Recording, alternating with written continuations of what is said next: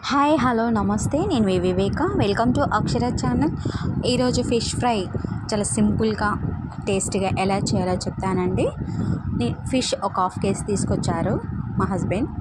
దాని ఏంటంటే స్మెల్ రాకోకుండా లెమన్ సాల్ట్ వేసి శుభ్రంగా ఒక 5-6 టైమ్స్ వాష్ చేసుకోవాలండి.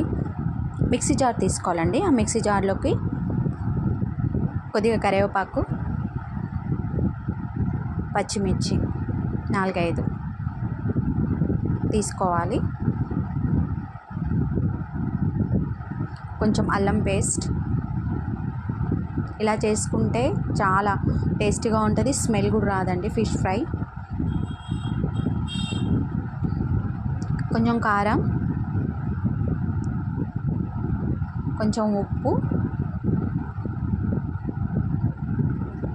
కొంచెం గరం మసాలా.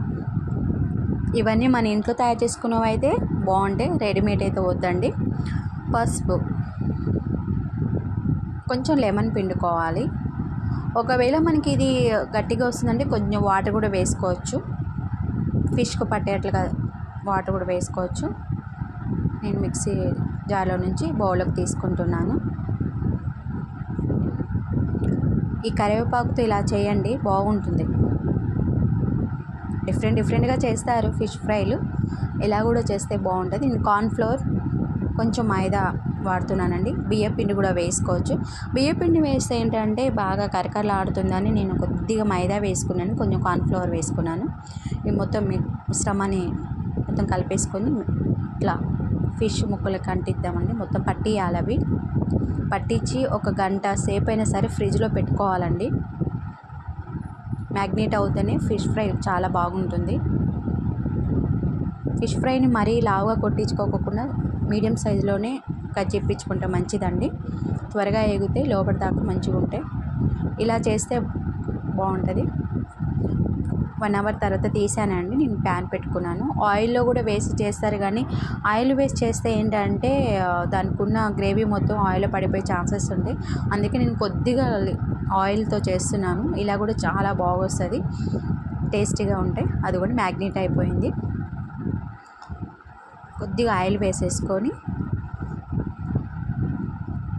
ఫిష్ ముక్కలు 1 by 1 దాని మీద వేసేసుకుందాము.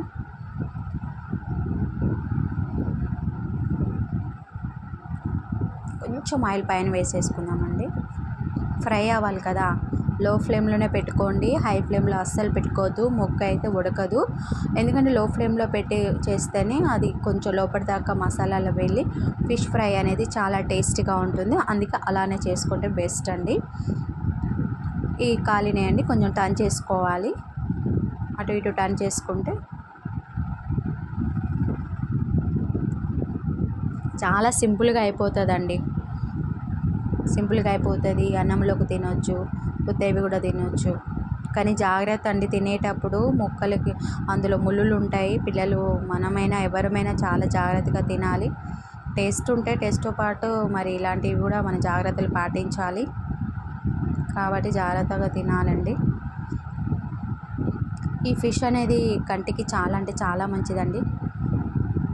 వారానికి ఒకసారైనా పిల్లలు కానీ మనకు కానీ ఇంట్లో వండుకోవటం మంచిది. చాలా బాగుంటుంది. ఇలా చేసుకుంటే త్వరగా అయిపోతుంది.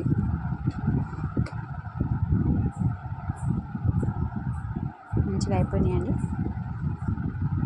చాలా బాగున్నాయి. చూసారా, బాగా వేగినాయి. ఆయిల్ కూడా ఎక్కువ పట్టదండి ఇలా చేసుకుంటే.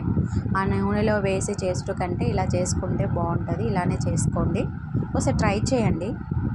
ట్రై చేస్తే ఎలా ఉందో ఏంటో అని నా కామెంట్లో పెట్టండి. ప్లేట్లోకి తీసేసుకుందాము.